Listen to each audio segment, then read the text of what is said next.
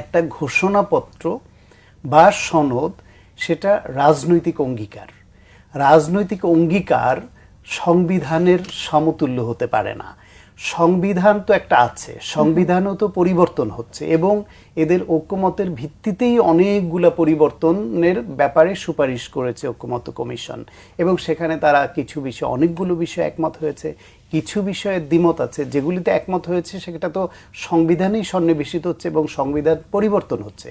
তাহলে জুলাই সনদ বা ঘোষণাপত্রে এমন কি থাকবে যে জিনিসটা সংবিধান পরিবর্তনের সময় সংবিধানে ঢুকানো গেল না? এবং এইটা যদি আপনার জুলাই ঘোষণাপত্রের যেই ভাষা ২৪কে যেভাবে উপস্থাপন করা হয়েছে সেটা ৭১-এর সঙ্গে সাংঘর্ষিক কিনা সেই প্রশ্নটাও কিন্তু সামনে আসবে এবং বাংলাদেশের সাংবিধানিক যে মূলনীতি সেটার সঙ্গে ২৪-এর ঘোষণাপত্র ম্যাচ করে কিনা এই প্রশ্নটাও কিন্তু আলোচনার দাবি রাখে। তাহলে এটা নিয়ে আরও বিশদ আলোচনা হওয়া দরকার ছিল প্রকাশ্যে। নানান স্টেক হোল্ডার, দেশবাসীর এটা জানার অধিকার আছে, মতামত দেবার অধিকার আছে, সেটাও কিন্তু হয়নি।